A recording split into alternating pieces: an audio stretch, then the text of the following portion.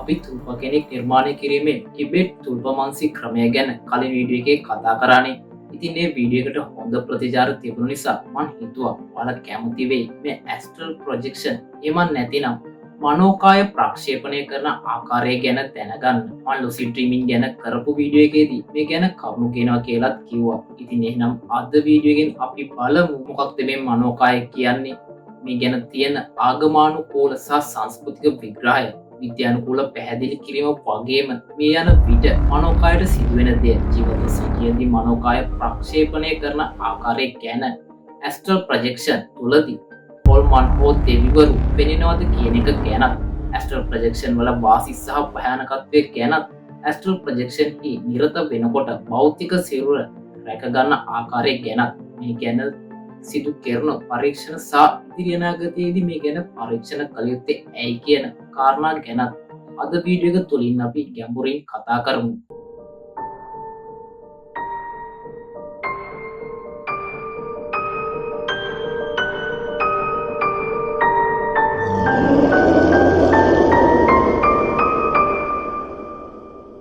මොකක්ද මේ මනෝකාය? නැතිනම් ඇස්ට්‍රල් බොඩි එක, ලයිට් බොඩි එක, ශක්ති ශරීරය, සෙකන්ඩරි බොඩි එක, බයෝප්ලාස්මා බොඩි එක, අප්‍රකට ශරීරය ආදී නම් වලින් හඳුන්වන මේ දේ ඇත්තටම මොකක්ද?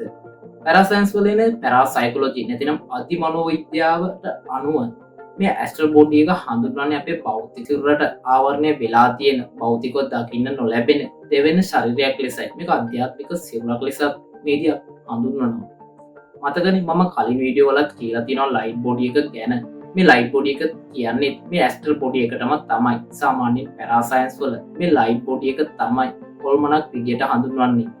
ස්පිරිට් එකක්, ගෝස්ට් කෙනෙක් විදියට හඳුන්වන්නේ. පැරාසයන්ස් වලට අනුව මරණයේදී සිදුවෙන්නේ අපේ භෞතික සිරුර ඉදිරියට පවත්වාගෙන යන්න බැරි වෙද්දී, කොටින්ම කිව්වොත් භෞතික සිරුර මිය යාමේදී මේ ඇස්ට්‍රල් බොඩි එක සහ භෞතික සිරුර සමග ඇති සම්බන්ධය කිලිහිලා ඇස්ට්‍රල් බොඩි එක සිරුරෙන් ඉවත් වීම.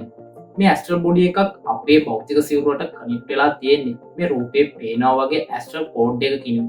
සිහින් රිදී පාට නූලක් වගේ දෙයක් වුණත් මේක ප්‍රමාණවත් තරම් ශක්තිමත් කියලා තමයි මේ ඇස්ට්‍රල් බොඩි එක ගැන පරීක්ෂණ කරන විද්වතුන් කියන්නේ. මේ ඇස්ට්‍රල් කෝඩ් එක බිඳී ගියාට පස්සේ අපිට කිසිම ආකාරයකින් බෑ නැවත භෞතික සිරුරට ඇතුළු වෙන්න. මේක නැවත මොනෑම ආකාරයකින් හෝ පිළිසකර කළ නොහැකි දෙයක් විදිහට තමයි හඳුන්වන්නේ. අපි මේ ඇස්ට්‍රල් කෝඩ් එක ගැන තව විස්තර වීඩියෝ එකේ ඉදිරියට කතා කරමු. දැන් බලමු මේ ඇස්ට්‍රල් බොඩි එක සම්බන්ධයෙන් විවිධ සංස්කෘතීන් තුල සහ ආගම් සහ දර්ශනයන් තුල කියවෙන දේවල් ගැන. මුලින්ම අපිට මිසරයේ පැත්තෙන් මේ ඇස්ට්‍රල් බොඩි එක ගැන කතා පුවත් හමු වෙනවා. මේ බොහෝ වෙලාවට රූපාක්ෂර තුලින් සහ මිසර සිතුවම් තුලින්. මෙතනදී පැහැදිලිව ඇස්ට්‍රල් බොඩි එකක් ලෙස හඳුන්වා දීලා නැති වුණත් මියාමේදී කෙනෙකු විසින් මේ අප්‍රසිද්ධ සිරුර මියගිය තැනැත්තාගෙන් ඉවතට ගෙන යනවා වගේ දෙයක් පෙන්눔 කරන්න මේ චිත්‍රවලින් නැත්නම් සිතුවම් වලින් උත්සාහ කරපු අවස්ථා අපිට හොයාගන්න පුළුවන්. පක්ෂීන් විසින් මේ සිරුර ඉහළට ඔසවන්න යන ආකාරය අපිට ඇතැම් සිතුවම් වලින් දකින්න ලැබෙනවා. මේ ඇස්ට්‍රල් බොඩි නැතිනම් ආත්ම කියන සංකල්පය ඊටත් අනාදිමත් කාලයකට එක්කදී පවා මිනිසුන් අතර පැවතුණා කියලා අපිට උපකල්පනය කරන්න පුළුවන්. නමුත් ඒ ගැන නිශ්චිතවම පැරණි සාක්ෂි හමු වෙන්නේ මේ ඊජිප්තු පිරමීඩ නිර්මාණය වුණ කාලවකවානු වලට අදාළවයි. මේ සිතුවමින් පැහැදිලිව පේන්නේ පක්ෂියෙකු විසින් මේගේ පුද්ගලයාගේ ආත්මය නැතිනම් සෙකන්ඩරි බොඩි එක රැගෙන යන ආකාරය. හින්දු ආගම තුලත් අඩු වැඩි වශයෙන් මේ ආත්ම නැතිනම් අප්‍රසිද්ධ සිරුර ගැන කතා කරනවා. යෝගාවශිෂ්ඨ මහා රාමායනයේ වැනි පුරාණ ග්‍රන්ථ තුලත් මේ ගැන සඳහන් කරලා තියෙනවා. ඊට අමතරව අපි ඉදිරියට කතා කිරීමට නියමිත ඇස්ට්‍රල් ප්‍රොජෙක්ෂන් ගැනත් හින්දු අධ්‍යාත්මික ගුරුවරුන් කතා කරනවා.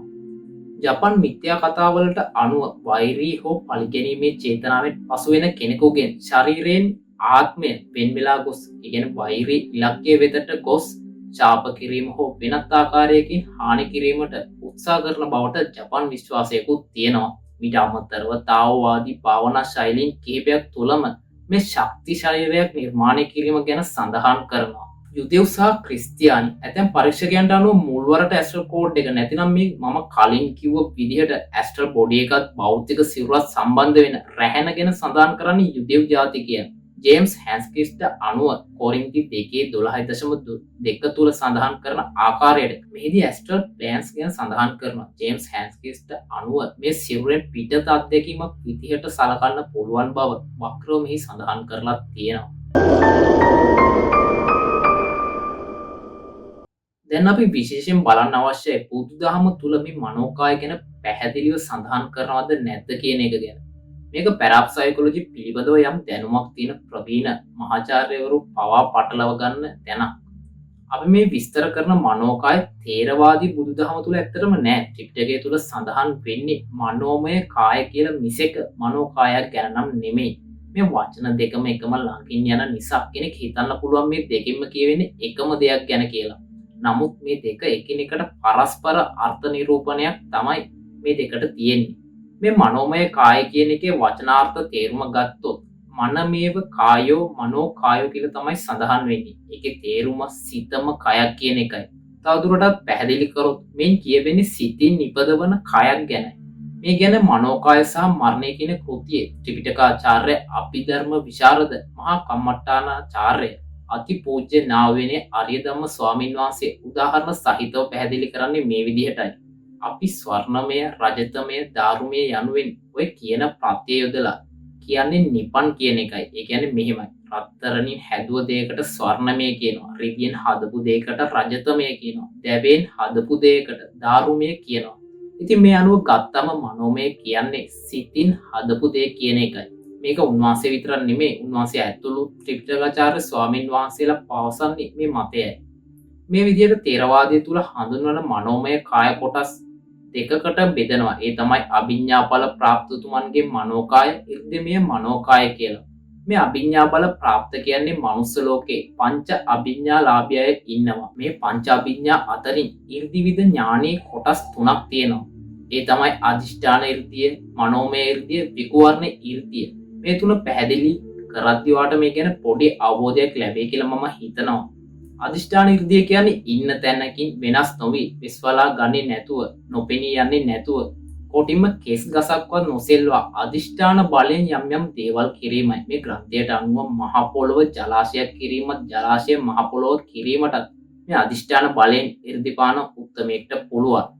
මනෝමය ඉර්ධිය කියන්නේ තමා හා සමාන ආත්ම මවාපෑම. කෙස් ගසක තරම්වත් වෙනසක් නැතිව තමා හා සමාන ආත්ම භාව පවා මවාපෑම මේ යටතට වැටෙනවා. විශේෂයෙන් කියන්න ඕනි මේ ආත්ම භාවයන් වලට සිතක් නැහැ.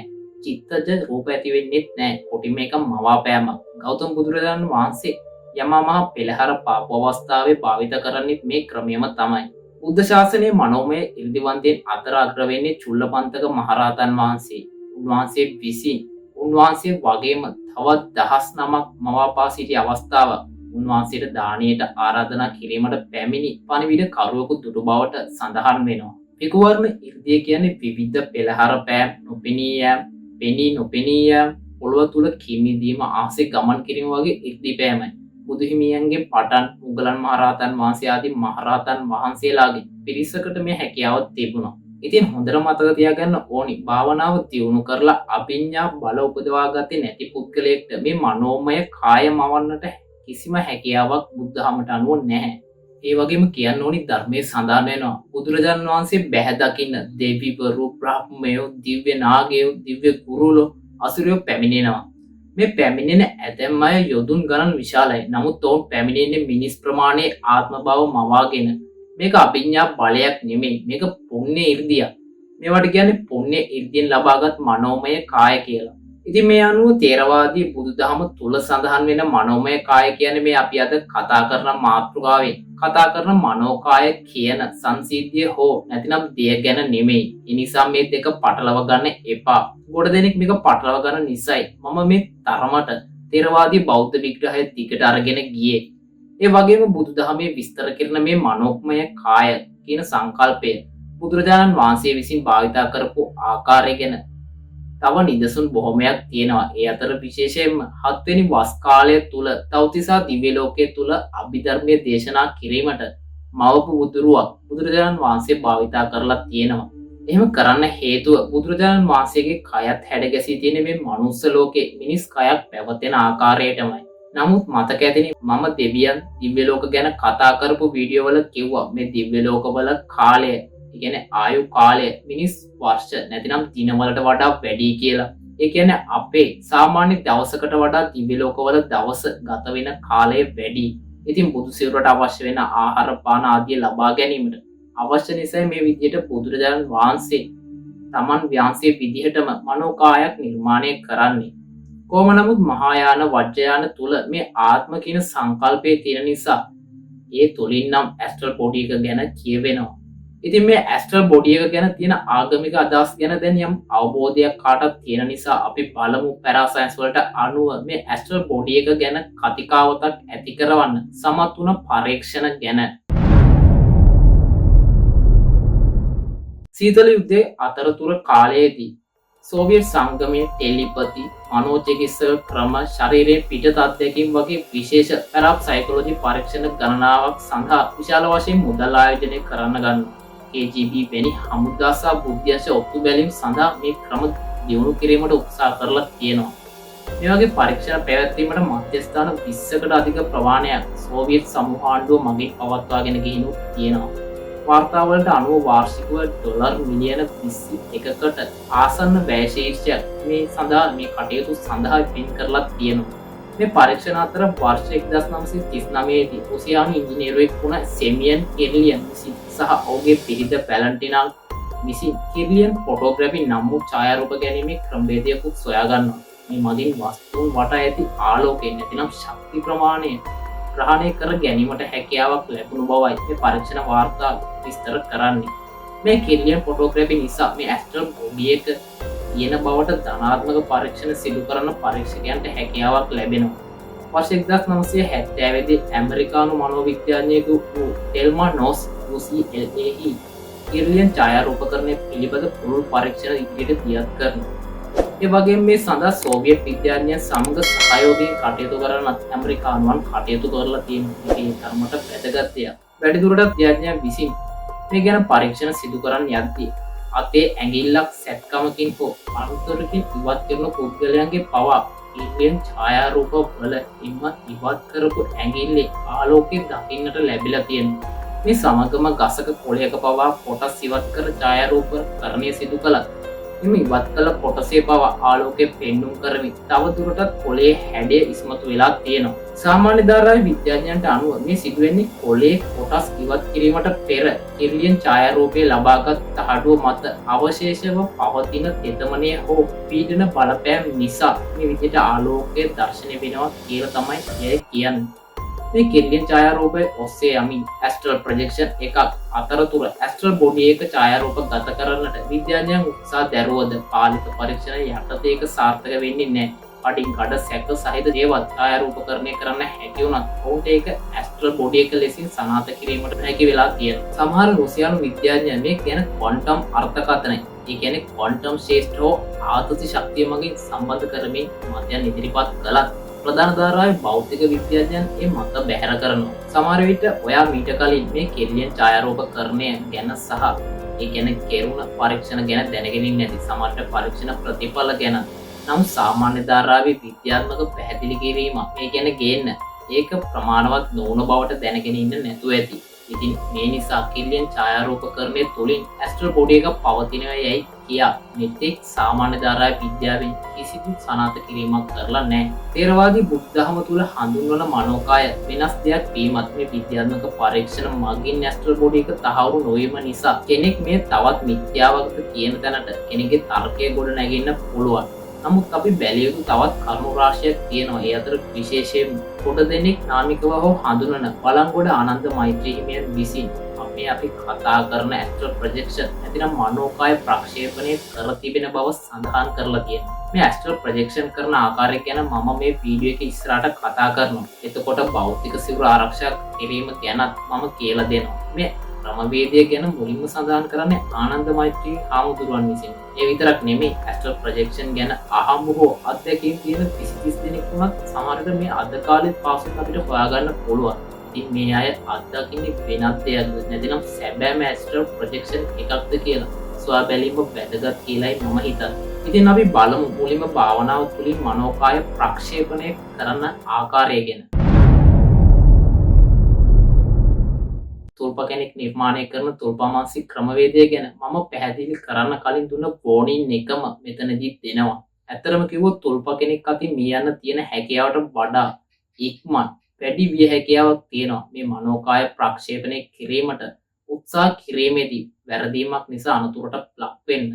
ඉතින් භාවනාවේ හොඳ පුහුණුවක් නිසි අවබෝධයක් නැතුව මේ දේ උත්සාහ කරන්න එපා. ඒක නිකන් ඩිෆ් එකක්වත් හරියට ගහ ගන්න බැරුව යුද්ධයක් මැද්දට වැටෙනවා වගේ. යුද්ධයකට යන සෙබලෙක්ට විවිධ පුහුණු කිරීම අත්දැකීම් තියෙනවා. ඒ වගේම තමයි මේ දේ කරන කෙනෙක්ට දේවල් අවශ්‍ය වෙනවා. මට ඕවරෝල් ගයිඩ් එකක් මේ වීඩියෝ එකෙන් මේකට දෙන්න පුළුවන් වුණාට තනි වශයෙන් කෙනෙක්ට මේ දේවල් එයාට ගැළපෙන ආකාරයෙන් කියලා දෙන්න අපහසුයි. මොකද ඒකට ඇත්තටම වෙනම විශාල කාලයක් වැය කරන්න වෙන නිසා. ඉතින් ඔයා මේක උත්සාහ කරනවා නම් කොටින්ම ඔයා භාවනාවට අලුත් කෙනෙක් නම් හොඳ ගුරුවරයෙක් පුහුණුකරුවෙක් ඉන්න එක ඉතාමත් වැදගත් වෙනවා. ඉතින් මම නැවතත් මතක් කරනවා මේ දේවල් ඇත්තටම භයානක මුහුණුවරක් ගන්න පුළුවන්. කෙනෙක් මේ දේවල් දැනුමට එකතු කර ගන්නවද නැත්නම් එතනින් එහාට අත්හදා බලනවද කියන එක ඒ කෙනාට වාරයි. මම අනුතුරු ඇඟවීම මුලින්දන්ම කරානේ. තුල්ප ගැන කරපු වීඩියෝ එකෙත් වෝනින් එක දාලා තිබ්බට සමහරු දොස් කියලා තිබ්බා මේ දේවල් දාන්න එපා කියලා. ඉතින් ඒ අයටත් වරදක් කියන්න බෑ. දන්නවනේ මිනිස්සු මේ දේවල් පිළිලුවට අරන් වැඩ වරද්ද ගන්න දක්ෂයිනේ. කොහොම නමුත් මට කියන්න තියෙන්නේ මම අනතුරු ඇඟවීම කරා. මට එතනින් එහාට ඒක උඩ නටනට ඉන්න බෑ. අවදානම ගන්නවා නම් 100%ක්ම ඒ කරන කෙනා. මම මේ දේවල් දාන්නේ දැනුමට පමණයි. හරි මේ ඇස්ට්‍රල් ප්‍රොජෙක්ෂන් වලට අවශ්‍ය වෙන්නේ මෝහණය කියන ක්‍රමවේදයට ටිකක් සමානකමක් කියන භාවනා ක්‍රමවේදයක්. කොහොමත් කලින් වීඩියෝ එකේ බලපු අය වගේම පුරුද්දක් විදියට භාවනා කරන අය දන්නවා අපි භාවනාව සිදු කරන පරිසරය මොන වගේ තත්ත්වයක පවතින්න ඕනද කියලා. මේ මනෝකාය ප්‍රක්ෂේපණය කිරීමට තේරෙන විදියට කිව්වොත් අපේ භෞතික සිරුර නිශ්චලව තියෙද්දි මේ ඇස්ට්‍රල් බොඩි එක මගින් ගමන් කිරීම සිදු කළ යුතු භාවනා ක්‍රමවේදය සඳහා අනෙක් භාවනා ක්‍රමවලට වඩා ටිකක් වෙනස් මුහුණුවරක් තියෙන පරිසරයක් තමයි අවශ්‍ය වෙන්නේ. මේ භාවනා ක්‍රමය වඩාත් සාර්ථකම ඉරියව්ව වෙන්නේ ඔබ නිදාගෙන ඉන්න ඉරියව්වයි. අපි මේ ගැන ඉස්සරහට කතා කරද්දී ඔයාලට තේරෙයි මම ඇයි එහෙම කියන්නේ කියලා. මේ ඇස්ට්‍රල් ප්‍රොජෙක්ෂන් පුහුණු වීම සඳහා කෙනෙක්ට නිදන කාමරයම භාවිතා කරන්න පුළුවන්. හැබැයි නිහඬ බව භාවනාවට බාධාවක් නොවන එක වගේම භාවනාවට යොදා ගන්න අසුන මෙතනදී නම් ඇඳ හෝ සෝපාව නැතිනම් පැදුර තමාට ඉතාම හොඳින් පුරුදු වෙන්න අවශ්‍යයි. ඒ වගේ මේ ආසනය තමාට අනුව පහසු එකක් විය යුතුයි. විවාහ වුණ කෙනෙක් හෝ තවත් කෙනෙකු සමග නිදා ගන්න ඕනම කෙනෙක්ට මේ ඇස්ට්‍රල් ප්‍රොජෙක්ෂන් තුල නිරත වෙන්න අවශ්‍ය නැත්නම් පුහුණු වෙන්න අවශ්‍ය නම් තනිව නිදා ගන්න එක වැදගත් වෙනවා. මොකද සුව පහසු බාධාවකින් තොර නිින්දක් මේ සඳහා අත්‍යවශ්‍ය වෙනවා. කීප දෙනෙකු නිදාගෙන ඉන්න තැනක මේ සිදු කිරීමට උත්සාහ කිරීම තරම් සාර්ථක දෙයක් විදිහට මම නම් දකින්නේ නැහැ. ඊළඟට ගොඩ දෙනෙක්ට මග හැරෙන නමුත් ප්‍රතිඵල ලබා ගැනීමට වක්‍රව බලපාන පොඩි දේවල් ටිකකුත් තියෙනවා. ඒකට අවධානය දෙන එක ඉතාමත් වැදගත්. මොකද මේ එක දෙයක් නිසා සමහරට ප්‍රතිඵල ලැබීමට ගත වෙන කාලය වැඩි වෙන්න පුළුවන්. නැතිනම් ප්‍රතිඵල නොමැති වෙන්නත් මේ දේවල් හේතු වෙන්න පුළුවන්. අක්‍රමවත් නිින්ද ඇස්ට්‍රල් ප්‍රොජෙක්ෂන් පුහුණු වෙන මුල් කාලේ අනිවාර්යයෙන්ම ක්‍රමවත් නිින්දක් අත්‍යවශ්‍යයි. එකම වෙලාවට දිනපතා නිදා ගැනීම අඩුම පැය 7කට ආසන්න පැය 6කට නොඅඩු නිින්දක් අවශ්‍යමයි. නිින්ද මගදී කැඩෙන්න හේතු වෙන ආහාර පාන නිින්දට පෙර ලබා ගැනීම. අපි දන්නවා අජිනමොටෝ වගේ දේවල් දාපු කඩ කෑම ගිලලා නිදාගත්තොත් රෑ මැදට වතුර තිබා හැදෙනවා. ඒ වගේම තමයි ස්මෘද්ධාවට එන්න කාලා නිදාගත්තොත් රෑ මැදට වැසිකිලි හරි යන්න වෙනවා. ඉතින් මේක නිින්දට බාධාවක්. අනිවාර්ය නැතිනොත් මේ දේ උත්සාහ කරන්න. මුල් කාලේ නිර්මාංශව ඉන්න පුළුවන් නම් හොඳයි. පළතුරු කිරි ආහාරයම ගන්න පුළුවන් නම් වඩාත්ම හොඳයි. මේ වගේ පොඩි දේවල් වලට අවධානය දීලා වැඩේ පටන් ගත්තොත් හොඳ ප්‍රතිඵල ඉක්මනටම කෙනෙක්ට ගන්න හැකියාවක් තියෙනවා. මේ ඇස්ට්‍රල් ප්‍රොජෙක්ෂන් පුහුණු වෙන්න හොඳම කාලය තමයි පාන්දර 4ට වගේ. ඔයා හොඳ නිින්දක් ලබලා වෙලාවට ඇහැරිලා පුහුණු වීම කරන්න පටන් ගන්න එකෙන් හොඳ ෆ්‍රෙෂ් ගතියක් ඔයාට දැනෙනවා. ඒ විතරක්ම නෙමෙයි හොඳ නිින්දකින් පසු මනස සංසුන්. ඒ වගේම නැවත පැය කිහිපයක් නිදා ගන්නත් පුළුවන් වෙලාවක් තමයි මේ පාන්දර 4 කියන්නේ. මොකද මේ වෙලාවට තවමත් නිදිමත දැනෙනවා. ඇත්තටම මේ වෙලාවටම කරන්න ඕන කියලා දෙයක් නැහැ. නමුත් මම කිව්වා වගේ අලුතෙන් පුහුණු වෙන කෙනෙක්ට මේ තමයි හොඳම වෙලාව. ඒක හැබැයි සමහර කෙනෙක්ට ටිකක් වැඩ අධික වෙලාවක් වෙන්නත් පුළුවන්.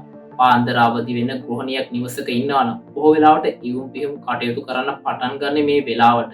ඉතින් ඔයා එහෙම කෙනෙක් නම් නැත්නම් ඔයාගේ නිවසේ එහෙම කෙනෙක් ඉන්නවා නම් ඔයා මේ ටයිම් එක ටිකක් ඔයාට ගැලපෙන විදිහට චේන්ජ් කරගන්න. දැන් ඔන්න පාන්දර 4ට අවදි වුණාම ඔයා සුළු මොහොතකට ඔයා අවදි වුණේ ඇයි කියන එක මතක් කරගන්න. ඔයා ඊළඟ මොහොතේ ගත කරන්නේ නිදාගෙන ඉඳපු තැනීමයි. ඒ ඉරියව්වෙමයි. මෙතනදි වගේ අතපය අනවශ්‍ය විදියට හේරි වැටිලා හෝ නැමිලා තියෙනවා නම් ඔයාට පහසු ආකාරයෙන් සිරුර සකස් කරගන්න අවස්ථාවක් තියෙනවා. කොහොම සැහැල්ලුවෙන් අවයව වලට තෙරපුමක් නැත්නම් අමතර බලයක් නොදී තියාගන්න උත්සාහ කරන්න ඕන. මාංශපේශි ලිහිල් කිරීම තුළින් මුළු සිරුරටම සැහැල්ලුවක් වාට දැනෙන්න ගනීවි. මේ මොහොතේ නැවුම් මනසකින් යුතුව ඔයා දිගටම මේ මනස නිරවුල්ව තියාගන්න උත්සාහ කරන එක ඉතාමත් වැදගත්. ඔයා ඇඳේ උඩු අතට හැරිලා පහසුවෙන් සිරුර තියාගන්න. වම් හෝ දකුණු ඇලයට හැරි නිදාගන්න හොරුණ කෙනෙක්ට උනත් ටික කාලෙකින් මේ උඩු අතට හැරිලා නිදාගන්න උත්සාහ කරන එක සාර්ථක වෙනවා. දැන් කකුලේ ඇඟිලි වලින් පටන් අරගෙන ඔයාට හිතෙන මතක් වෙන ශරීරාංග සියල්ලම මනසිනුත් සැහැල්ලුවෙන් තියන්න උත්සාහ කරන්න. දෙපතුලේ සිට හිස දක්වා ශරීරාංගයන් පිළිවෙලින් ඒ විදිහට සැහැල්ලුවෙන් තියාගන්න. ශාරීරිකව සහ මානසිකව ඒකට උත්සාහ කිරීම වැදගත්. දැන් අපි මේ ඉරියව්වෙම ආනාපාන සතියට හිත යොමන්න ඕනි.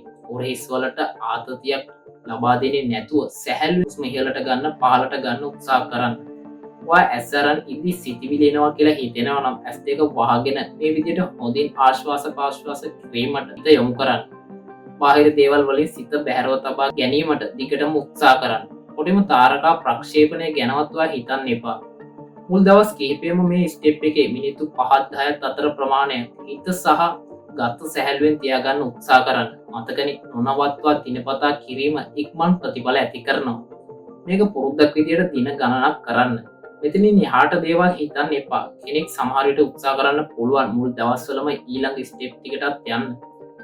නමුත් මේ දේවල් ගැන ටිකක් අත්දැකීමක් තියෙන අනිත් මිනිසුන්ගේ චර්යාව සහ මිනිස් මනස ගැනත් දන්න යෝග ආචාර්යවරුන් බොහෝ වෙලාවට දෙන උපදේශක් තමයි මුල් කාලේනෝ මේ පළවෙනි ස්ටෙප් එකේ කාලයක් රැඳෙන්න. මුලදි විනාඩි 5-10 ගෝල් එකට වාට යන්න බැරි වෙන්න පුළුවන්.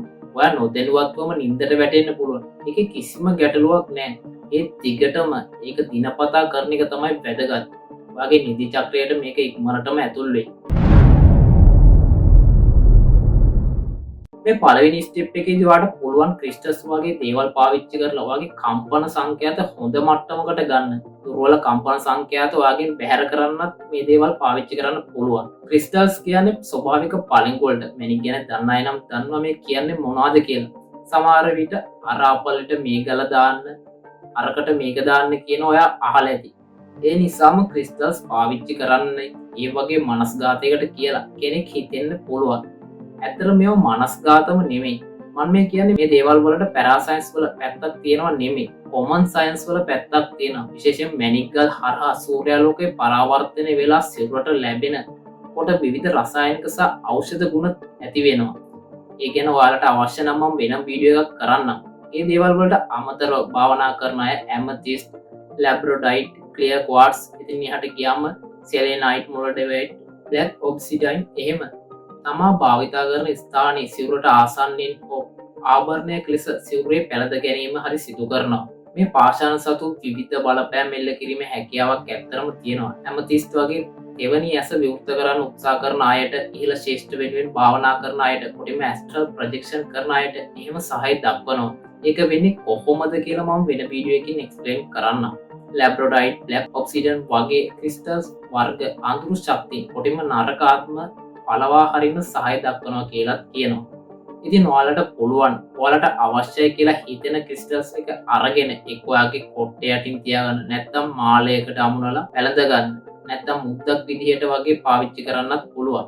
ඉතින් ඔයාට ගැලපෙන්නේ මොන වගේ ක්‍රිස්ටල්ස්ද කියලා මම හොයාගන්න හැටි ක්‍රිස්ටල් ගැන කතා කරන වීඩියෝ එකේදී පැහැදිලි කරන්නම්.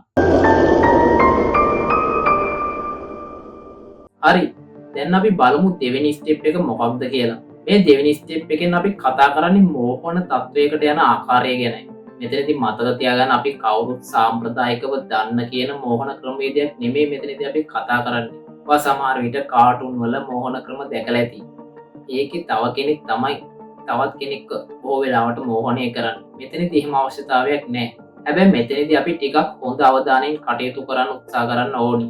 ඒ අවධානය හැදෙන්නේ භාවනාව තුළින්මයි. මම ඒකයි කලින් කිව්වේ පළවෙනි ස්ටෙප් එක හුරු වෙනකන් කාලයක් ඒකම එක දිගට කරන්න කියලා. සුපුරුදු විදියට මාංශපේශි සැහැල්ලුවෙන් තියාගෙන ඉද්දි ශරීරයට සහ මනසට නිදිමත ගතිය දැනෙන්න දෙන්න.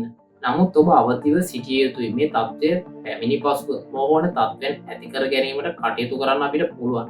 වාගේ ඇස් මුලින්ම වසා ගන්න ඕන. ඔබ මනසින් ඔබේ අත හෝ කකුල දකින්න උත්සාහ කරන්න.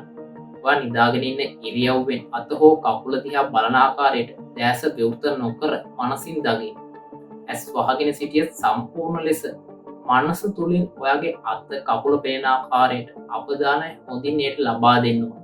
මේ අවධානය දිගටම තියාගන්න උත්සාහ කරන්න අවශ්‍යයි. ඊට පස්සේ ඔයාලට පුළුවන් අතේ ඇඟිල්ලක් හෝ කකුලේ ඇඟිල්ලක් මනසින් සොලවන ආකාරයෙන් මනසින් නිරීක්ෂණය කරන්න. මතක තියාගන්න මම මේ කියන්නේ භෞතික සිවුරේ ඇඟිල්ලක් සොලවන්න කියලා නෙමෙයි. මම මේ කියන්නේ මනසින් ඔයා ඒ දේ කරන්නයි ඕන. ඔයාගේ ඇඟිලි කරකැවීම නැවීම වගේ දේවල් මනසින් කරන්න උත්සාහ කරන්න. මේක එකපාරට සාර්ථක වෙන දෙයක් නෙමෙයි. ටිකක් අපහැදිලි විකාරෝපී දේවල් මුලදී පේන්න පුළුවන්. හැබැයි දිගින් දිගටම උත්සාහ කරන්න. එම උත්සාහ කිරීමෙන් ඔබට සැබෑවටම පෙනෙන ආකාරයෙන්ම මනස ඔස්සේ ඔබේ අතේ හෝ කකුලේ ඇඟිලි සෙලවීමට පුළුවන් වෙනවා. සමහර විට ඔයා මෙතනදී මේක පටන් ගන්නේ නිදිමත එද්දීම උනත් එතනින් එහාට ඔයා මේක දිගටම කන්ටිනියු කරන්නේ ඉඳිදි වෙන්න පුළුවන්. ටිකින් ටික ඔයාලට පුළුවන් අතෙන් කකුලෙන් එහාට ගිහින් ඔයාගේ සිරුරම මේ ආකාරයෙන් මනසින් දකින්න. ඔයා එතකොට හිමින් අත් කකුල් එහෙට මෙහෙට කරන්න. කකුල් වල අත්වල ඇඟිලි සොලවන්න උත්සාහ කරන්න. මේ මට්ටමේදී ඔයාලට මේ මනස තුලින් ඉතාම තාත්වික විදිහට මේ දේවල් කරන්න පුළුවන් වෙනවා. ඇත්තට මේ මට්ටමට එන්න කොච්චර කාලයක් යනවද කියන එක හරියටම කාටවත් කියන්න බෑ. ඒක තුල්පමාංශි වගේම තමයි. එකිනෙකාට සාපේක්ෂයි. තමන්ගේ උත්සාහය, කැපවීම, අවංක බව, මානසික ශක්තිය, නිවැරදිව පියවරෙන් පියවර උත්සාහ කිරීම වගේ දේවල් එක්ක ඒකට යන කාලය තීරණය වෙන්න පුළුවන්. දැන් තුන්වෙනි ස්ටෙප් එකට අපිට එන්න පුළුවන්. මේ විදිහට ඔයාගේ ශරීරය දකින්න පුළුවන් වෙලා මනසින් ඒ සිරුරේ අවයව සොලවන්න පුළුවන් වුණාම මොනියම්ම හෝ වෙලාවට එක පාරම නිකන් මුළු සිරුරටම අමුත්තක් දැනෙන්න ගන්නවා. ඒක සමහර විට පොඩි වයිබ්‍රේට් වීමක්, පොඩි කරන්ට් එකක් වැදීමක් වගේ දෙයක් වෙන්න පුළුවන්. මේක මුල් පාරට වෙද්දි කෙනෙක් බය වෙන්න පුළුවන්. නමුත් මේක වෙනවා කියලා දැනගෙන කරද්දි එහෙම ලොකු ගැටලුවක් වෙන්නේ නැහැ. මෙතනදී බය වුණොත් නිින්දෙන් ඇහැරෙන්න පුළුවන්. එතකොට ආයෙ මුලින් ඉඳන් ඉතින් කරන්න වෙනවා. මේ අවස්ථාවේදී පුළුවන් ඔයාලට පුරුදු කාමරය මනසින් දකින්න. මෙතනදී දහවල් කාලයේදී ඔබ දකින කාමරයේද රාත්‍රී කාලයේදී ඔබ දකින කාමරයේද කියලා වැඩි තැකීමක් කරන්න යන්න එපා. ඔබට මතක් වෙන අයුරින් හොඳින් කාමරය මනසින් මවා ගන්න. ඔබේ සිරුර සමග කාමරය දෙස බලන්න. ඊළඟට මනසින් උත්සාහ කරන ඔබ නිදා සිටින තැනින් නැගිටීමට. මේක ටිකක් කෙනෙක්ට එකපාරම වැඩි වගේ හිතෙන්න පුළුවන්. ඉතින් අතක් උස්සන්න, බෙල්ලක් උස්සන්න උත්සාහ කරන්න. කෙමෙන් ඔයා එතන ඉවත් වීමට මනසින් උත්සාහ කරන්න. මේ වෙලාවට ඔයාට තේරෙන්න ගන්නවා ඇත්තට මේක තවදුරටත් මවා ගැනීමක් නෙමෙයි කියලා. ඉතින් ඔයා නිදාගෙන ඉන්න තැනින් නැගිටලා ඔයා නිදාගෙන ඉඳපු ඇඳ හෝ සෝපාව දෙස බලන්න. ඔයාට මෙතනදී පේන්නේ තවමත් ඔයා නිදි කියලා. ඔබ පළමු වරට සිරුරේ පිට අවස්ථාවක් පත් වෙනවා කියලා ඔයාලට දැනේ. කලබල වෙන්න එපා. ඔයාට තුල්පමංශි වගේ නෙමෙයි. ඔයාව පාලනය කරන්න මෙතන වෙන කවුරුත්ම නැහැ. ඔයාට ඔයාම විතරයි ඉන්නේ. ඒ නිසා කලබල නැතුව කාමරේ ඇවිදින්න. කාමරේ තියෙන හැම පොඩි දෙයකටම පොඩි ඩීටේල් එකකටම අවධානය දීලා බලන්න. මේක තවත් එක හීනයක් නෙමෙයිද කියලා. මුල් කාලේන ඔයාට බැටි වෙලා මේ විදිහට ඉන්න බෑ. ඔයාට මහන්සියක්, විඩාවක්, පොටින්ම අමුතු වෙහෙසකර ගතියක් දැනෙන්න පුළුවන්. ඔයාට මේ වෙලාවට ඉබේම වගේ ඔයාව ශරීරයට ඇදිලා ඒ ආවත් ඔයාගේ භෞතික සිරුර සමග ඔබ මුලින්ම සම්බන්ධ වී මේ අවස්ථාවේ එකපාරටම ඔයා නිදන් නිදි පේන ආකාරයට ශරීරයේ තුලට ඔයාව ඇදිලා එනවා. එතකොට ඔයාට පුළුවන් කලින් වගේම ඔයාගේ අත්වල ඇඟිලි සොලවන්න. මෙතනදී මනසින් නෙමෙයි ඔයා හිතලම ඔයාගේ භෞතික සිරුර ඇඟිලි සොලවන්න උත්සාහ කරන්න. ඒක උත්සාහ කරද්දී එකවරම ඔයාගේ භෞතික සිරුරේ ඇඟිලි සෙලවිලා ඔයාට අවදි වෙන්න පුළුවන්කමක් ලැබෙනවා. දැන් ඇස්ට්‍රල් ප්‍රොජෙක්ෂන් එකක ඇස්ට්‍රල් ට්‍රැවලින් අත්දැකීමක පළමු අත්දැකීම කෙනෙක්ට මේකෙන් නැති වෙනවා. නමුත් වැඩි සතුටු වීමට හෝ අන් අය සමග තමාගේ අත්දැකීම පැවසීමට පෙර තවත් පියවර කිහිපයක් ඔයා ඉදිරියට යා යුතුයි. එක්වරක් ඇස්ට්‍රල් ප්‍රොජෙක්ෂන් එකක් සිදු කර නැවත වසරකින් ඒ උත්සාහ කරාට ඒ හැකියාව නොරැඳී තියෙන්නත් පුළුවන්. ඒ නිසා ඊළඟ දවසෙත් අනිවාර්යයෙන් මේක උත්සාහ කරන්න. මේ දෙවැනි දවසේදී ඔයාලට පුළුවන් වගේ ඇඳේ තියෙන භෞතික සිරුර දෙස නොබලා නිවසේ වෙනත් කාමරයකට යන්න. ඉහින් පොඩි පරීක්ෂණයක් කරන්න.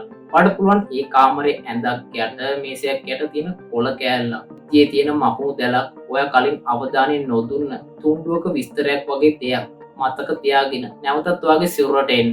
ඊට පස්සේ ඇස්ට්‍රල් ප්‍රොජෙක්ෂන් එක නිමා කරලා සැබෑ සිවුරෙන් ඇවිත් ඔයාලට බලන්න පුළුවන් අර කාමරේ ඇත්තටම අර කොළ කෑල්ල තිබ්බද, මකුණු දැල තිබ්බද, අර වගේ තුඩුවක් තිබ්බද කියලා. ඔයාලට මේ කියන සැකයක් තිබ්බොත් ඒ සැකය දුරු වෙනවා. ඒ වගේම ඔයා සාර්ථකයි කියලා දැනගන්නත් ඔයාලට හැකි වෙනවා. දැන් ඔයාටම තහවුරු වෙනවා ඇස්ට්‍රල් ට්‍රැවලින් සාර්ථකව සිදු කරන බව. නමුත් තවමත් ඔබ අභ්‍යාස කීපයක් සිදු කරන්න අවශ්‍යයි. මනෝකාය මගින් වත්තේ ඇවිදලා තොරතුරු ටිකක් මතකේ තියාගන්න. හරියට පොඩි මල් පැලයක දලඹුව කප් කොලයක් ගැන නැත්තම් කොළ ගාන ගැන. ඊට පස්සේ සැබෑ සිවුරින් ගිහින් ඒ දේ ඇත්තද කියලා තහවුරු කරගන්න. මේ සැබෑ සිවුරින් ගිහින් මේ දේ ඇත්තද කියලා තහවුරු කරගන්න එක වැදගත්. මේ වෙද්දි කෙනෙක්ට ඇති වෙන්න පුළුවන් ලොකුම ගැටලුව තමයි තමන් භෞතික සිවුරෙන් ගොඩක් ඈතට ගියොත් නැවත ඉන්න බැරි වේද? නැත්නම් ඇස්ට්‍රල් කෝඩ් එක කැඩිලා යයිද කියලා. ඇත්තට මේක අස්ථානගත බියක්. නමුත් සුළුවෙන් තකලා අවධානමක් ගන්න ඕනෙත් නෑනේ. ඒ නිසා මුලින්ම ඔයා දන්න කියන තැන් වලට යන්න. ඔයාට ඊළඟට තේරෙන්නේ මේ ඇස්ට්‍රල් ප්‍රොජෙක්ෂන් තුලදී කාලය හෝ දුරෙහි බලපෑම මනින්න බැරි තරම් කියලා. මේ කියන්නේ ඔයාට මනෝකාය තුලින් ඕන තරම් කල් ඉන්න පුළුවන් කියලා නෙමෙයි. ඉන්න පුළුවන් කාලය තීරණය වෙන්නේ කොහොම කාලය සහ අත්දැකීම් මත. ඒ වගේම කොහොම කරත් දිගු කාලීනව මනෝකාය තුල ඉන්න බෑ. නමුත් ඔයාට අනුරාධපුරේ රුවන්වැලි සෑයට තත්පරයකින් යන්න පුළුවන්. ඔයාට තියෙන්න ඕන ඒ ස්ථානය ගැන පොඩි මතකයක් හෝ චිත්‍රයක්. ඔයාව එතනින් එකපාරට මතුවෙනවා. මතක තියාගන්න මම මේ කියන්නේ ඇස්ට්‍රල් බොඩි එකක් ගැන. ඒ වගේම තමයි ඔයා මීට පෙර ගිහින් නැති තලවලට යන්න උත්සාහ කරන්නත් පුළුවන්. මේ ඇස්ට්‍රල් ප්‍රොජෙක්ෂන් කරපු සමහරු කියනවා ඒ දිව්‍ය ලෝකවලට ගියාලු, දෙවිවරු එක කතා කරාලු, සමහරු අපාය පේනමානියට ගියාලු. නමුත් අපායට යන්න බැරි වුණාලු. ඒ වගේ දේවල් කියනවා. ඉතින් මට පුද්ගලිකව එහෙම අත්දැකීමක් නැති නිසා මට ඒ ගැන තහවුරු කරන්න අමාරුයි. නමුත් තියරියක් විදියට ගත්තම එහෙම දෙයක් කරන්න මේකෙදි හැකියාවක් තියෙනවා කියලා මට කියන්න පුළුවන්. දැන් මේ ස්ටෙප්ස් ගැන අවබෝධයක් තියෙන නිසා තදිය මේ ගිහින් මේක කරන්න උත්සාහ කරන්න එපා. මොකද ඔයා දැනගන්න ඕන තව දේවල් බොහෝමයක් මෙතනදී තියෙනවා. විශේෂයෙන්ම සිරුර ආරක්ෂා කිරීම. අමනුෂ්‍යයන් දෙවිවරුන් ඇස්ට්‍රල් බොඩි එකට පේනවද? එයාට ඔයාගේ ඇස්ට්‍රල් බොඩි එක ගමන් කරනවා පේනවද වගේ කරුණු ගැන ඔයා දැනුවත් වීම අත්‍යවශ්‍යයි. ඊටත් කලින් මම නැවතත් කියනවා මේක ශනික නූඩ්ලස් එකක් හදන කනවා වගේ. මම මේ විනාඩි ගානකින් මේක කරන හැටි කිව්වට මේක කරන්න දින සති මාස සමහරට අවුරුදු ගණන් කෙනෙක්ට ගත වෙන්න පුළුවන්. හිතන තරම් මේක ලේසිත් නෑ, කියන තරම් මේක ලේසිත් නෑ. මේ දේවල් කරන්න හොඳ පුහුණුවක්, හොඳ විනයක්, ඉක්මීමක්, කොටේම විශාල ඉවසීමක් අවශ්‍යයි. අද කරලා හෙට රිසල්ට්ස් බලාපොරොත්තු වෙන්න මේ දේ කරන්න බෑ.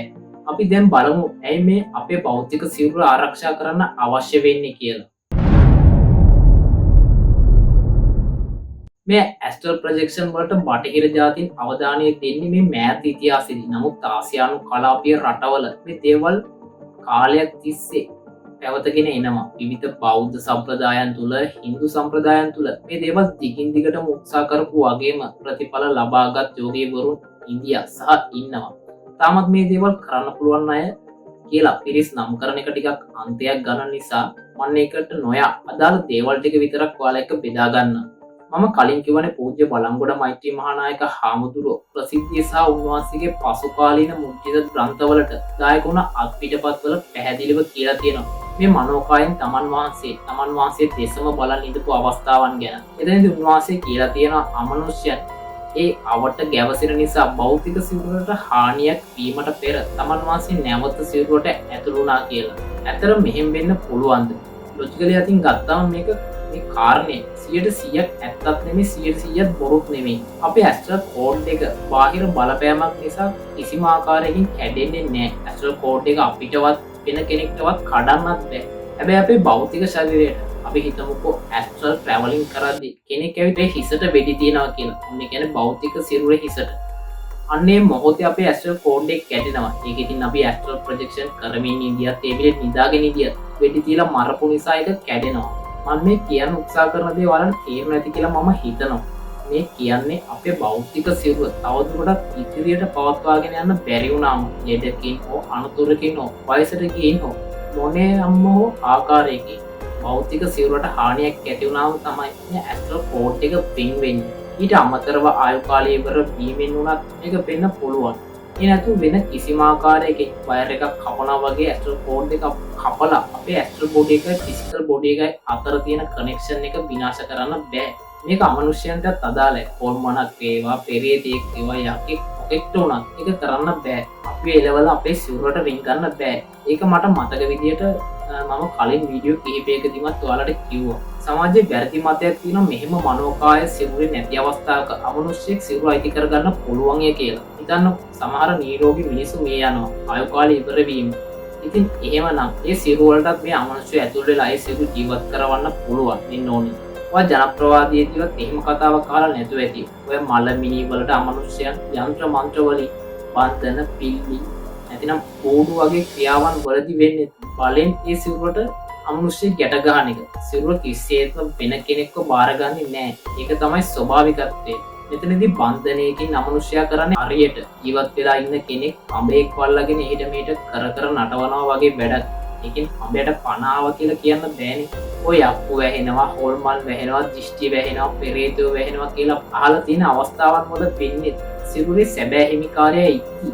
වෙන කෙනෙක් පදිංචි වෙන්න නැත්නම් කරදර කරන්න, පාලනය කරන්න උත්සාහ කරන එක. බැරි වෙලාවකවත් එතනදී සිරුරේ අයිතිකාරයා මිය ගියොත් අර අමනුෂ්‍යයාට සිරුරට කරන්න කිසිම දෙයක් නැති වෙනවා. මෙන්න මේකමයි මේ මනෝකාය පිටත තියෙන සිරුරක තත්ත්වය. හිතමනා අපිට අමනුෂ්‍යයට රින් ගන්න බෑ. එහෙනම් බලංගොඩ මෛත්‍රී හාමුදුරුවෝ කිව්වේ මොකක් වෙන්නේ නැතිද? උන්වහන්සේ එතන අදහස් කරන්නේ සිරුර ලෙඩ කරන්න, සිරුර දුර්වල කරන්න අමනුෂ්‍යයන්ට මේ අවස්ථාවේ හැකියාවක් තියෙනවා කියලා. මේ විදිහට මනෝකාය නොමැති නමුත් ජීවි සිරුරක් කියන්නේ භෞතික සිරුරක් නොමැති අමනුෂ්‍ය කාණ්ඩවලට නිදානයක් ලබා ගන්න බැරි නමුත් ඔවුන් උත්සාහ කරන නිදානයක්. මතකනේ මම කාලයකට කලින් කරපු තුන්මන් හදිවලදී මිනි පෙට්ටිවල බර වැඩි වෙන්නේ ඇයි කියන කාරණේ ගැන කිව්ව වීඩියෝ එකේ කිව්වා වගේ මේ සමහර අමනුෂ්‍යයන් ඉන්නවා මේ මියගිය සිරුර වලින් ගලන අපද්‍රව්‍ය වලට පෙරේත කමින් ඒ සිරුරට ලං වෙන විශේෂයෙන් පෙරේත කොටස්. ඊට අමතරව තවත් සමහරු ඉන්නවා ඒකත් උත්සාහ කරනවා ඒ සිරුර ලබා ගන්න. එක්ක Tamante ඒ තුල ජීවත් වෙන්න වගේ අරමුණු වලට. නමුත් ඒ කිසිම විටක ඒ උත්සාහය සාර්ථක වෙන්නේ නැහැ.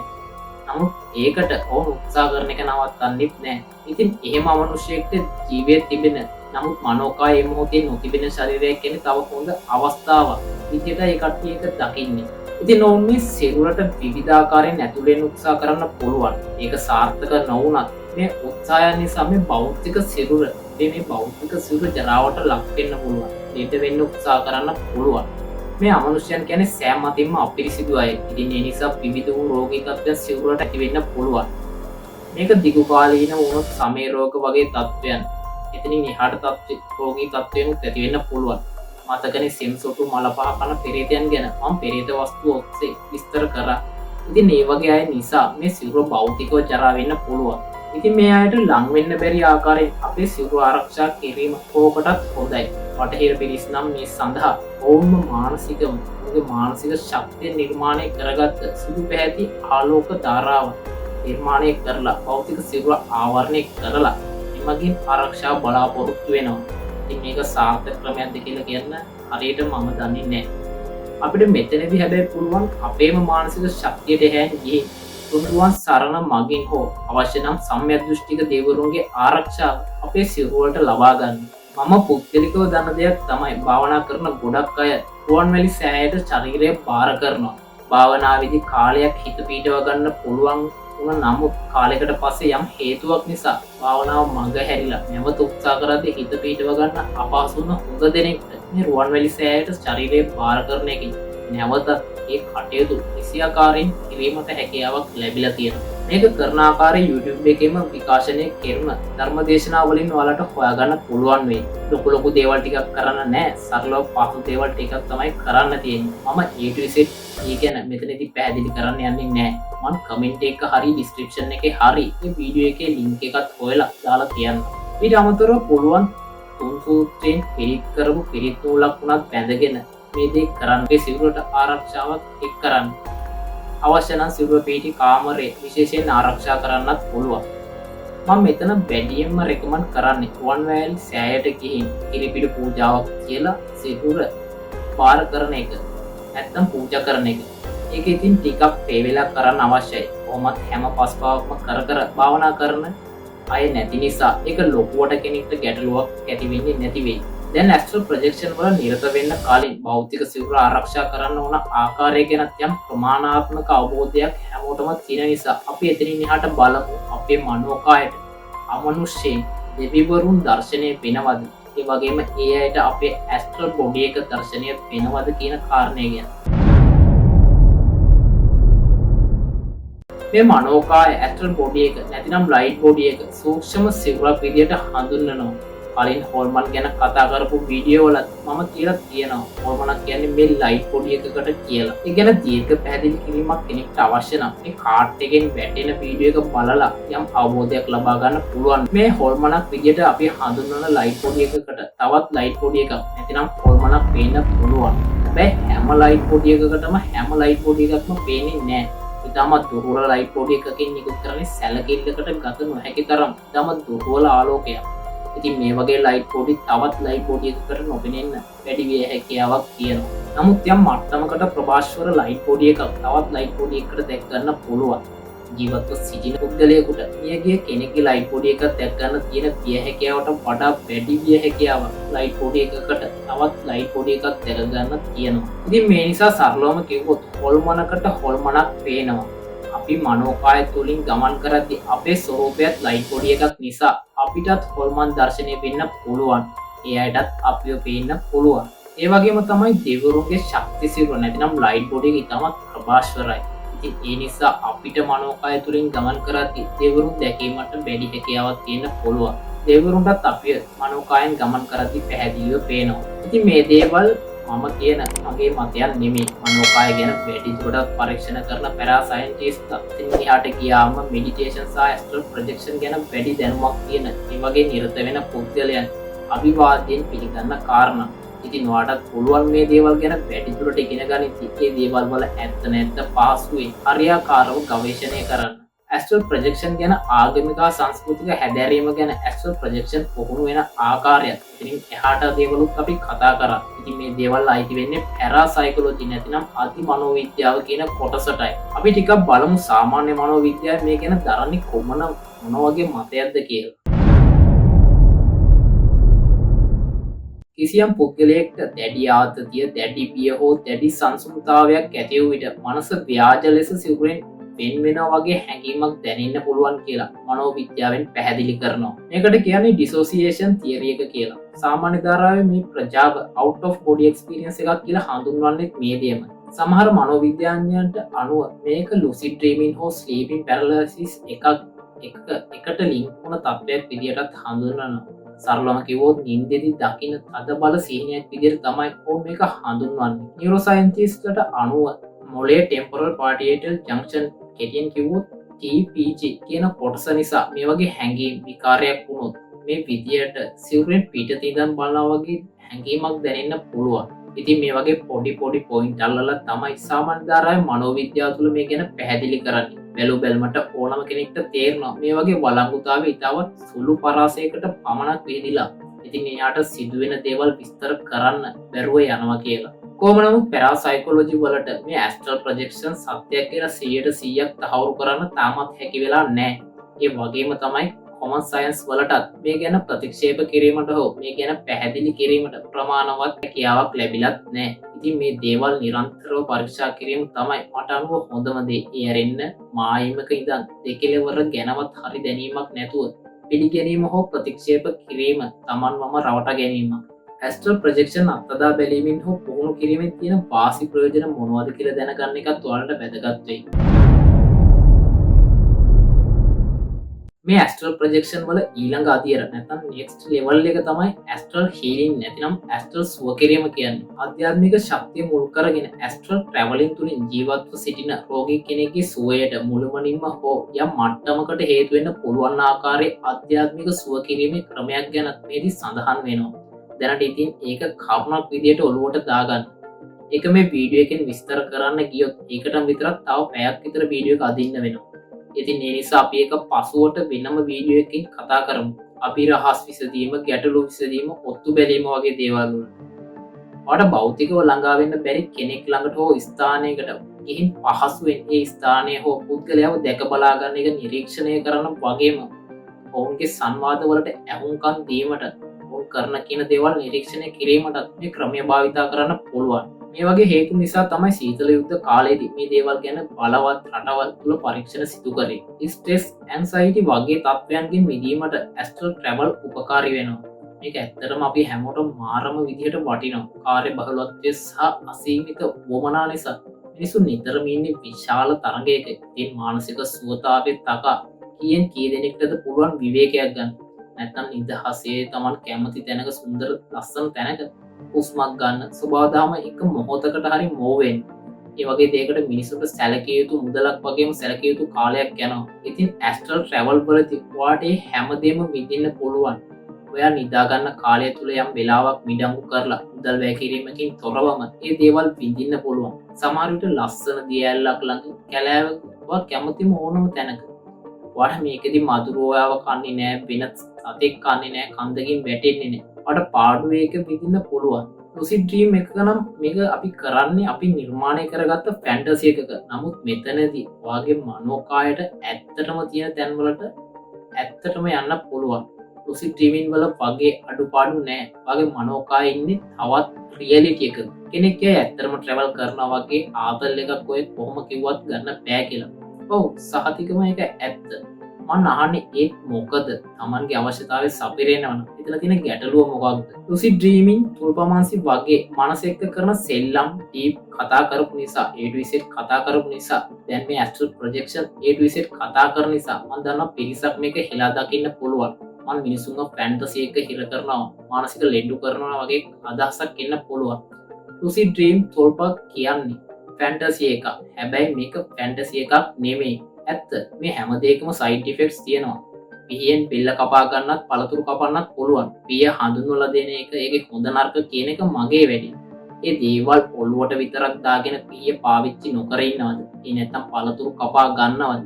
පිල්ල කපා ගන්නවද කියන එක ඒ පුද්ගලයා තීරණය කරන්න ඕන. ඉතින් මං කියන්නේ මේ හැම දෙයක්ම හොඳට පාවිච්චි කරන්න පුළුවන්. Tamanටත් හොඳක් වෙලා. Taman ඉන්නේ නරක කාලයක නම් ඒකෙනුත් සර්වයිව් වෙන්න මේ ක්‍රමවේදයක් කවුරු හරි පාවිච්චි කරලා ඒ මනුස්සයා මොහොතකට හරි සර්වයිව් වෙනවා නම් එතන කවුරු මොක කිව්වත් ඒකේ ගැටලුවක් නැහැ. හැබැයි සර්වයිව් වුණාට පස්සේ ඇඩික්ට් වෙන එක හෝ ඒක නරකට පාවිච්චි කරන එක එයාගේ වැඩ. ලෙඩ හොඳ වෙන බෙහෙත් අනවශ්‍ය විදිහට වැඩිපුර ගත්තොත් මැරෙන්න උනත් පුළුවන්. ඉතින් මං කියන්නේ ඔයා අමාරු තත්වයක ඉන්නවා නම් ඔයාට මේ දෙයකින් හරි සර්වයිව් වෙන්න පුළුවන් කියලා දැඩි විශ්වාසයක් තියෙනවා නම් try කරන්න. astral projection වල එහෙම ගැටලුවක් නැහැ. ඔයාට මේකට උත්සාහ කරන අතරවාරයේම මේක හරියන්නේ නැතත් ඊට කලින් භාවනාවෙන් ඔයාට වෙනසක් හයියක් දැනෙන්න පුළුවන්. ඔයාව ඒ තත්ත්වයෙන් ගැලවෙන්නත් පුළුවන්. subconscious mind එකට පහසුවෙන් පිවිසෙන්නත් හැකියාවක් ඔයාට මේ මගින් ලැබෙනවා. astral projection හුරු වීමෙන් free ලැබෙන එක වාසියක් තමයි මේක. ඔයාට අවශ්‍ය දේවල් මතක තියාගන්න වගේ තියෙන අඳුරු මතක ප්‍රාන්තීන් ගැන අවබෝධයක් අරගෙන ඒවා අයින් කරලා දාන්නත් මේ නිසා හැකි වෙන්න පුළුවන්. astral projection දිගටම කරන වැඩි දෙනෙක් මරණයට බය වෙන්නේ නැහැ. මේ කියන්නේ මේක කරන අය නිකන් මැරෙන්න බය නැතුව මෝඩ දේවල් කරලා පිහින් මැරෙනවා කියන එක නෙමෙයි. ඒ නිසා ඒක පැහැදිලිව තේරුම් ගන්න. මරණය ගැන තියෙන ආන්තික බිය මරණට පස්සේ මොනවා වෙයිද, කොහේ යයිද, දැන්ම මැරුණොත් මොකද වෙන්නේ වගේ දේවල් ක්‍රමානුකූලව ස්ටෙප් බයි ස්ටෙප් මේක නිරත වෙද්දී නැති වෙලා යනවා. ක්‍රියේටිවිටි එක වැඩි කරගන්නත් මේකෙන් හැකියාවක් තියෙනවා. ඇස්ට්‍රල් ට්‍රැවල් තුලදී නැති වෙන භෞතික සීමාවන් නිසා අපිට කෙටි කාලයක් තුල ගොඩක් දේවල් දකින්න අත්විඳින්න හැකියාවක් තියෙනවා. ඒ නිසා කෙනෙක්ගේ නිර්මාණශීලී චින්තනය වගේ දේවල් දියුණු කරගන්න මේක උපයෝගී කරගන්න පුළුවන්. චක්‍ර බැලන්ස් කරන්න විසුවලයිස් හීලින් වගේ මෙතඩ් වලට මේක උපකාරී වෙනවා. පොදු අවාසි විදිහට තියෙන්නේ අන්න අයගේ පෞද්ගලිකත්වයට අනවශ්‍ය විදිහට ඇඟිලි ගහන්න මේකෙන් හැකි වෙන නිසා ඒ වගේ දේවල් කිරීම තුලින් Tamanට පෞරුෂ හානිය ඇති කරගන්න එක. එතකොට මේකට අනවශ්‍ය ලෙස ඇඩික්ට් වීමෙන් සැබෑ ලෝකයේ තුල භෞතිකව ජීවත් වීමට වඩා වැඩි කාලයක් මනෝකායෙන් ගත කරන්න උත්සාහ කිරීමෙන් දෛනික ජීවිත, සමාජ ජීවිතය වගේ විනාශ වෙන්න පුළුවන්. මනෝකායට වැඩි අවධානයක් යොමු කිරීම නිසා භෞතික සිරුර ගැන අවධානය ගිලිහිලා ලෙඩ රෝග වගේ තත්ත්වයන් පවා ඇති වෙන්න පුළුවන්. ඉතින් මේ දේවල් නිසා අන්තයක මරණය වුණත් ඇත්තටම සැඟවිලා තියෙන්න පුළුවන්. මේ ඇස්ට්‍රල් ප්‍රොජෙක්ෂන් අත්විඳින අත්දකින මිනිසුන්ට අනුව ඔවුන්ගේ අත්දැකීම් සමුදායක් විදිහට අරගෙන පැහැදිලිව බැලුවොත් අපිට පේනවා නිර්මාණය කරගත් හෝ ඊට පෙර දැකලා නැති ස්ථානවලට යන්නත් දේවල් අත්විඳින්නත් මේ මගින් හැකියාවක් තියෙනවා. ඒ විතර නෙමෙයි වැදගත්ම පාර්ට් එක. සැබෑම ස්ථානවලට මනෝකායෙන් ගමන් කිරීමටත් හැකියාවක් තිබෙනවා. ඇතැම් පුද්ගල අත්දැකීම් අනුව කෝම තත්වයකට පත්වෙන පුද්ගලයන්ට හදිසි අනතුරුවලින් මිය නොගොස් යාන්තම් බේරෙන පුද්ගලයන්ට ඒගෙන නියඩෙත් එක්ස්පිරියන්ස් එකක් ලබපු පුද්ගලයන්ට ස්ත්‍රීපින් පැරලයිසිස් වලට නිරන්තරයෙන් මුහුණ දෙන පුද්ගලයන්ට භාවනාවෙන් තොරව අහම්බේ ඇස්ට්‍රල් ප්‍රජෙක්ෂන් තත්ත්වයන් එක් වතාවකට හෝ නැතිනම් අවස්ථා කිහිපයකදී දකින්න පුළුවන් වෙනවා. මේ ඔස්සේ යමින් තමයි කම්පන සාගත හෝ තද බල වෙනත් හැඟීම් යටතේ මානසික අකර්මාන්‍යතා ලෙස ඇස්ට්‍රල් ප්‍රජෙක්ෂන් අත්දකින්න පුළුවන් කියන මතයට මනෝවිද්‍යාඥයන් නැඹුරු වෙන්නේ. මේ වගේට පහසුවෙන් මේ ක්‍රම අත්දා බලන්න පුළුවන් කියලා මතයකුත් තියෙනවා. කොහොම නමුත් මේ වීඩියෝ එක කරන මටත් මරණාසන්න අත්දැකීමක් නැතිනම් නියර් ඩෙත් එක්ස්පීරියන්ස් එකක් තියෙනවා.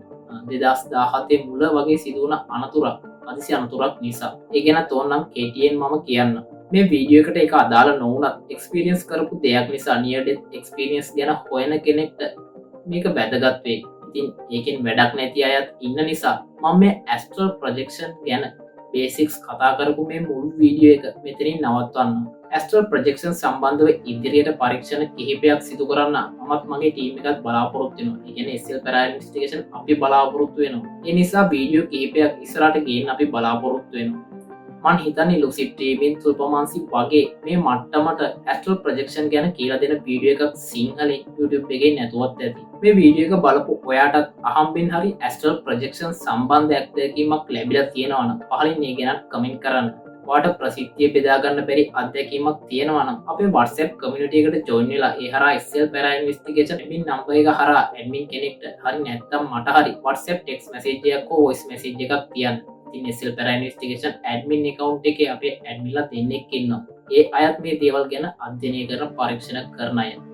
ඒ කෙනෙක් ඔයාව සම්බන්ධ කරගන්න සමහරවිට පැය 48ක් වගේ කාලයක් ගත වෙන්න පුළුවන්. ඉතින් මේ ගැන සමා වෙන්න. මම ගොඩක් වෙලාවට පැය 24ක් ඇතුළත රිප්ලයි කරනවා. ඉතින් මේ වීඩියෝ එකෙන් දෙයක් ඉගෙන ගත්තා නම් අනිවාර්යෙන් වීඩියෝ එකට ලයික් එකක් දාන්න. මේ ගැන ඔයාගේ අදහස කමෙන්ට් සෙක්ෂන් එකේ දාන්න. ඒ වගේම මේ වීඩියෝ එක පබ්ලිෂ් කරද්දී අපි subscribe 10000 සීමාවට ආසන්නෙන් හෝ ඒ සීමාව පව කරලා තියෙවි. තාමත් අපිව subscribe කරලා නැත්නම් ඔයාලට පුළුවන් අපිව subscribe කරලා ටිකටම අපේ වීඩියෝ මඟ නොහැර බලන්න bell icon එකත් click කරන්න. එහෙනම් මගේ near death experience එක ගැන දැනගන්න එක වැදගත් වෙයි කියලා හිතන අය මෙතනින් එහාට වීඩියෝ එක continue කරන්න. මන් කලින් කිව්වා වගේ මේක වෙන්නේ 2017 ජනවාරි වල අග හෝ පෙබරවාරි වල මුල. මම එතකොට පොලේ ලියලා රිසල්ට් එකමත් ලැබිත් නැති කාලේ. මේ කාලේ පානදුරේ ප්‍රසිද්ධ ආයතනයක ඩබල් AD කෝස් එකක් කරන ගමන් තමයි මම හිටියේ. මමත් මගේ යාළුවෝ මේ අත්දැකීමට මාත් එක්ක මගේ මොන්ටිසෝරි කාලේ ඉඳන්ම හිටපු යාළුවෙක් වෙච්ච නදීෂ් කියලා යාළුවෙකුයි. පාසල් කාලේ 8 වසරේදී වගේ අපිත් එක්ක සෙට් වුණ පසුදු කියලා යාළුවෙකුත් මොහොන දුන්නා. උන් දෙන්න ඉතින් ඕන දෙයකට ඔට්ටුම් දෙන්නේ. කොහොම හරි මේ ඩබල් AD ක්ලාස් යන දවසක් අපි පරක්කු වෙනවා. අපි ඔය ඩබල් AD ක්ලාස් යන්නේ මහා පජාතම ක්‍රමයකට. මෙහෙම හිතන්නකෝ. ඔය අපි නදීෂ් කියන යාළුවා වම් පැත්තේ ඉඳන් කිලෝමීටර් 2ක් විතර දකුණු පැත්තට බයිසිකලයක් පැදගෙන මල් කඩ අපේ ගෙදරට එනවා දෙන්න. ඌ වෙද්දි මම ලෑස්තිලා ඉන්දියොත් හොඳයි. නැත්තම් මමත් ලෑස්ති වෙනකන් ඉඳලා අපි දෙන්නම් පුට් සයිකල් දෙකෙන් තව කිලෝමීටර් 2ක් විතර දකුණට යනවා. ඊට පස්සේ අර පසිදු කියන යාළුවවත් ලෑස්ති කරන් උන්ගේ ගෙදර බයිසිකල් දාලා තව මීටර් 300ක් විතර පයින් බස් එකට එනවා. ඒ බස් එක ඉතින් ආයෙ යන්නේ වම් පැත්තට. අර නදීෂ් කියන යාළුවගේ ගෙවල් පැත්තත් පාස් කරනවා. තව කිලෝමීටර් 5ක් විතර යනවා. අර නදීෂ් කියන යාළුවට පන්තියට ඇත්තටම තියෙන කිලෝමීටර් 5ක දුර. හැබැයි ඌ තව කිලෝමීටර් 5ක් විතර ඈතට ගිහින් තමයි ආයෙ පන්තිය පැත්තට එන්නේ. ඔය චර්යාව නිසා පන්ති යන්න පැයක්ම දවසක් පරක්කු වෙනවා. පරක්කු වෙලා පන්තියට යන එක චාටර් නිසා අපි එදා පසිතුලගේ ආච්චිලා ගෙදර බයිසිකල් වලින් යන්න දාගන්නවා. පසිතුට හරි බයිසිකලයක් තිබෙන්නේ නැති නිසා ඒ දවස්වල කොහොම හරි මට තිබ්බේ ස්ටෑන්ඩඩ් බයික් එකක් අලුතෙන් ග්‍රේස් කරලා අලුතෙන් හදපු ස්ටෑන්ඩඩ් බයික් එකක්. ඉතින් ඒකේ මාය පසිදුයි ඩබල් දාලා හොරනටම පදිනවා. නදීෂ්ගේ ආතල්ගේ පස්සෙන් එනවා. කොහොම හරි කිලෝමීටර් 25ක් ගියාම පසිදුලගේ ආච්චිලා ගෙදර ඒ ගිහිල්ලා තේ බීලා බිස්කට් කාලා කයියක් දාලා එකමාර විතර වෙද්දි පානන්තර ප්‍රයිවට් බස් ස්ටෑන්ඩ් එකට අපි ආයේ එන්න ඕනේ. කොහොම හරි 1:30ට වැඩි වෙලාවක් නොතිබ්බ නිසා අපි හොරන ආච්චිලා ගෙදර ඉඳන් කඩාගෙන ඉන්නවා. මම තමයි පුට් සයිකලේ පසිදුවක් දාගෙන පැද්දේ. මොකද පසිදු හෙට යනකම් මාව දාගෙන පැද්දා. පොකුණු විට හරිය තියෙනවා ටික දිග පල්ලමක්. මේ මම කොයි වෙලෙත් මල් කඩ කඩ එන නදීෂ්ගේ පිටට හොඳ පාරක් ගහගෙන පසිදුවක් දාගෙන පැද්දා. පාර ඉස්සරහා හොඳට පැහැදිලි පදිනේ තලසින් ග්‍රීස් කරලා හදපු ස්ටෑන්ඩඩ් බයිසිකල්ය. ඒකත් මම පල්ලමේ කාගෙන පැද්ද අරුත් පිටට රිටර්න් එක දෙන්න කාගෙන මගේ පස්සෙන් එන නිසා. පැයට කිලෝමීටර් 60කට වගේ වේගෙන් අපි ඒ වෙලේ යන්නේ නැති. බයිසිකලේ ඉස්සරහා රෝද ටිකක් හෙල්ලෙනවා වගේ දැනවත් එක්ක මාවයි පස්සේ උඩින් තමයි ගියේ. මගේ නිකට තමයි මුලින්ම පොළොවට හිටියේ. දෙවෙනියට දකුණු අත. මට තාම මතකයි ෆිල්ම් එක වගේ මාරම ස්ලෝ මෝෂන් එකේ තමයි ගිහින් වැටුනේ. මම උඩේ ඉඳන් බිමට වැටෙද්දි වම් පැත්තේ ටිකක් ඇන්ගල් වෙලා හැරිලා බැලුවොත් තාමත් මතකයි. මේ කියන්නේ උඩේ ඉඳන් බිමට වැටෙන ටිකේ. තාමත් මතකයි දැක්ක කොට්ටම්බක වටේ බ්ලර් වෙලා වගේ තමයි හරියටම දැක්කේ. කොහොම හරි මම පොළොවේ ඉවලා පිටිපස්ස හැරිලා බලද්දි තමයි පසිදුව වැටුනේ. ඒ වැටිලා තප්පර ගානක් ගත වුණා වගේ දැනුණට පස්සේ බයිසිකලේ පසිදුවේ කකුල උඩට වැටුනේ. ඊට පස්සේ නිල් පාට ටොයෝටා පිට්ස් එකක් පාරත් හීරන මට්ටමේ බ්‍රේක් පාරක් ගැහුවා. ඒ වෙලේ ලේලම් තඩියක් වගේ ආවනම් මට මාත් නෑ පසිදුත් නෑ. ඇත්තට මේ සිදුවීම උපරිම මොන තප්පර 5කට ළඟ ඇති. හැබැයි මට මේක මාරුම් විදියට ඉන්ඩීටේල් විනාඩි කිහිපයක සිදුවීමක් වගේ මතකේ තාමත් රැඳිලා තියෙනවා. බෙල්ලේ පම් ඇලේට නැතුව වෙන පැත්තකට හැරුණා නම් පොළොවේ වැදින පාරට බෙල්ල කැඩිලා යනවා. පිටිපස්සෙන් ආපු වාහනේට බ්‍රේක් කරගන්න බැරි වුණා නම් ඒකට යට වෙලා මැරෙනවා. මේ වගේ වෙලාවට අපේ ඉන්ද්‍රිය මාරම් විදියට ෂාප් වෙනවා. විශේෂයෙන්ම ඇස් කන් වගේ දේවල්. අපේ කළු ඉන්ද්‍රියම විශාල වෙනවා. අපිට ස්ලෝ මෝෂන් මාරම් විදියට ඩීටේල් ටිකක් ලැබෙනවා. නියර් ඩෙත් එක්ස්පීරියන්ස් වලදී මේ විදියට කාලේ මාරම් විදියට හිමින් ගත වුණා කියලා වාර්තා වීම තියෙනවා. ඉතින් මේ මට ලැබුණ අත්දැකීම නියර් ඩෙත් එක්ස්පීරියන්ස් ගැන රිසර්ච් කරන කෙනෙක්ට මේ ඩීටේල්ස් වැදගත් වේ. රිසර්ච් එකට සම්බන්ධව මේ ගැන දැනගන්න වෙනත් දේවල් කාට හරි තියෙනවා නම් මට පුළුවන් ඒ ගැන මගේ අත්දැකීම් ඔස්සේ කරුණු ඉදිරිපත් කරන්න. මට නියර් ඩෙත් එක්ස්පීරියන්ස් ගැන ඉගෙන ගන්න අවශ්‍ය නම් රාමු YouTube channel එකේ ඒ ගැන වීඩියෝ එකක් තිබ්බා. ඒක බලන්න. හරි එහෙනම් මං හිතන්නේ කාල වේලාව ගොඩක් ගත වෙලා තියෙන නිසා සම්පූර්ණ වීඩියෝ එක මෙතනින් නවත්තන්න. ඉතින් ඔයාට මේ ගැන ප්‍රශ්න තියෙනවා නම් කමෙන්ට් කරන්න. මම හරි ඇඩ්මින් කෙනෙක් හරි පුළුවන් හැම වෙලේකම ඔයාගේ ඒ කමෙන්ට් වලට රිප්ලයි කරන්න උත්සාහ කරනවා. ඉතින් එහෙනම් තවත් මේ වගේ ඔබ දන්නා ලෝකයේ තුල ඇති උදන්නා කරුණු ගැන গুপ্ত විද්‍යාත්මක කෝණයකින් ගේන ඊළඟ වීඩියෝ එකෙන් හමු වෙනකන් ඔයාලගේ වටපිටාව ගැන අවධානයෙන් ඉන්න අමතක කරන්න එපා.